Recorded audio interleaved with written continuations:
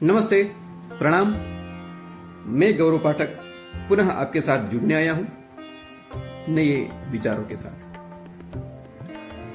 अब तो धीरे धीरे लॉकडाउन भी खुलने जा रहा है, लेकिन हम सबको अभी भी ध्यान रखना है। सरकार ने जो भी सूचना दिए हुए हैं, हमें उनका पालन करना है ताकि कोरोना ज्यादा फैले नहीं।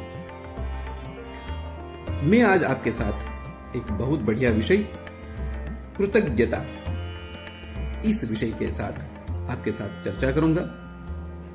सबसे पहले इसको संस्कृत में कैसे देखा गया है वो मैं आपको बताता हूं। संस्कृत में व्याकरण के रूप से इसका अर्थ होता है कृतम जानाति इति कृतज्ञ, माने किए हुए कर्मों को जो जानता है उसका नाम है कृतज्ञ। अब उसके हम भावार्थ में आते हैं। कृतज्ञ माने कौन?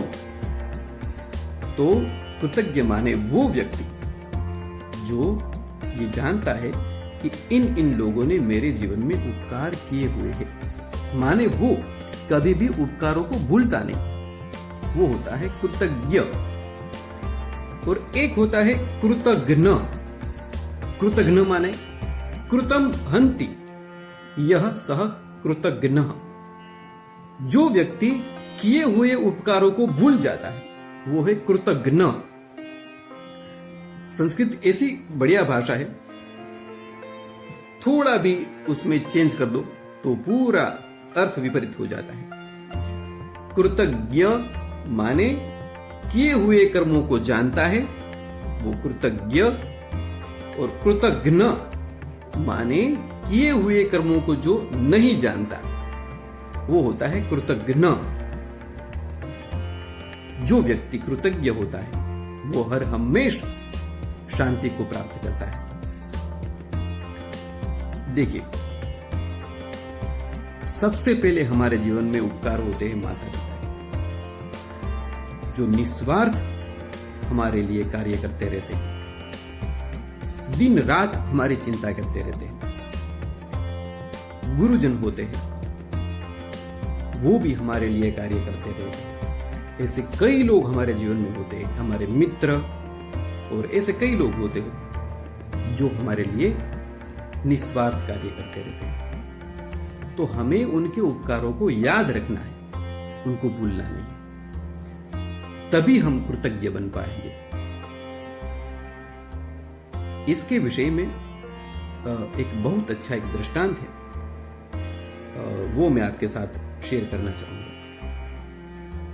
मैंने भी ये कहीं पे सुना हुआ है।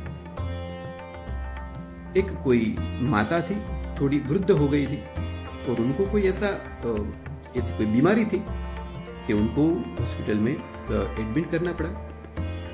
तो एडमिट उनको किया गया, और सभी जो डॉक्टर्स थे उन्होंने बोला कि ये बीमारी माने साधारण बीमारी नहीं है, इसमें खर्चा भी हो सकता है, आपको वेंटिलेटर पे रखा जाएगा और ऑक्सीजन की आपको जरूरत है, 10-12 दिन तक आपको यहाँ पे रहना पड़ेगा, और इसका खर्च 10 लाख के आसपास आ सकता है। तो माता ने बोला कोई चिंता नहीं, आप ऑपरेशन कर दीजिए। उनको चिंता नहीं थी, वैसे उनके जो बेटे लोग थे वो भी माने समृद्ध थे, तो कोई चिंता नहीं थी। उनका ऑपरेशन किया गया, और वो जब उनका ऑपरेशन भी अच्छे से हो गया, बाद में डॉक्टर्स के वहां से बिल आया और सब लिखा हुआ था, और इन चीजों के ये चार्ज हुआ सब लिखा हुआ था। और वो देखकर वो माँ रोने लगी। तो डॉक्टर्स को लगा कि ये क्यों रो रही है।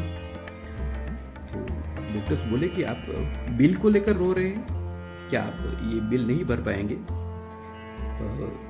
तो माता ने बोला ऐसा कोई नहीं है कि मैं बिल नहीं भर पाऊंगी, मेरे बेटे बहुत समृद्ध है, ये 10 लाख तो कुछ चीज नहीं है। लेकिन मैं रो इसलिए रही हूं कि आप लोगों ने मुझे 10 दिन इस हॉस्पिटल में रखा और आपका बिल आया 10 लाख। मैं सोच रही हूं कि उस ईश्वर ने मुझको जन्म दिया, पूरी जिंदगी मुझे रहने के स्थान दिए, मुझे अच्छा परिवार दिया, पूरी जिंदगी मुझे सांस लेने के लिए ऑक्सीजन दिया, लेकिन मैंने कभी भी उसका उपकार नहीं किया। मैं सोच रही हूं कि आपके यहां पे रहने का 10 दिन का खर्च यदि इतना हो सकता है तो उस ईश्वर का खर्च कितना हो सकता है। मैं उस प्रभु के लिए सोच रही हूं और मुझे रोना आ रहा है कि मैंने कभी भी प्रभु को उस तरह से याद नहीं किया। तो इस उदाहरण से हम ये समझ सकते हैं कि ईश्वर ने, प्रभु ने हमको कितना कुछ दिया हुआ, लेकिन प्रायः कभी कभी हम रोते ही रहते हैं कि भगवान ने तो मुझे ये नहीं दिया, वो नहीं दिया। लेकिन सच्ची तरह से हम सोचेंगे तो हमें पता चलेगा कि वो भगवान ने हमको कितना कुछ दिया हुआ है। हमें उस भगवान को हर हमेश याद रखना है। सुबह उठे तो हमें भगवान को याद करके कि भगवान आपने मुझे ये जन्म दिया हुआ है, बस पूरे दिन में अच्छे कर्म कर पाऊं, आपको याद करते करते मैं कर्म कर पाऊं, क्योंकि ये पूरा शरीर आपका है और मैं जो भी कर्म करूंगा वो आपके लिए। एक श्लोक बहुत अच्छा है, कर चरण कृतम वा कायजम कर्मजम वा श्रवणनेनजम वा मानसम वा पराद्धम विहितम विहितम वा सर्वमेतत् क्षमस्व। जय जय करुणाब्धे श्री महादेव शंभो। कर चरण कृतम वा कायजम कर्मजम वा। हे प्रभु, मैं अपनी काया से, मेरे हाथ से, मेरे आंखों से, मेरी कर्ण इंद्रिय से जो जो भी कर्म करता हूं, हे प्रभु मैं आपके लिए करता हूं, क्योंकि आप ही ने मुझे ये शरीर दिया हुआ है। तो प्रभु हर हमेश मुझे आप प्रेरणा करते रहिए कि मैं अच्छे कर्म करता हूं।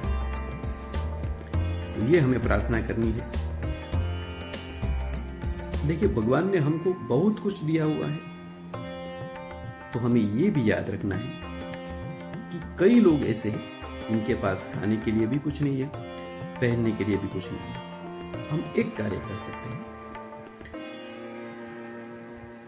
5% या 10% भगवान ने हमको जो कुछ दिया हुआ है उसमें से निकाल कर हमारे जो भाई बहन हैं जिनके पास कुछ नहीं है उनको हम दे सकते हैं। तो शायद प्रभु ने हमको जो दिया हुआ है उसका हम भार थोड़ा हल्का कर सकें। तो आज के दिन यही बात मैं आपको कहना चाहूंगा कि बस भगवान ने हमको अखूट दिया हुआ है, बहुत सारी शक्ति दी हुई है, हम उनका सही सदुपयोग करें। कभी भगवान के पास ये ना कहे कि भगवान आपने मुझको ये नहीं दिया, वो नहीं दिया। शिकायत नहीं करनी है, बस भगवान ने हमको जो कुछ दिया हुआ है, बहुत सारी शक्ति दी हुई है, उसका सदुपयोग करेंगे। और हमारे आसपास जो भी ऐसे व्यक्ति हैं उनका भी हम ध्यान रखेंगे। आज के दिन इतना ही रखते हैं, और बस आप धीरे धीरे ये लॉकडाउन खुला है तो उसमें आप ध्यान रखना, और सरकार के जो भी आदेश हैं उनका पालन करना। तब तक के लिए जय हिंद, जय भारत।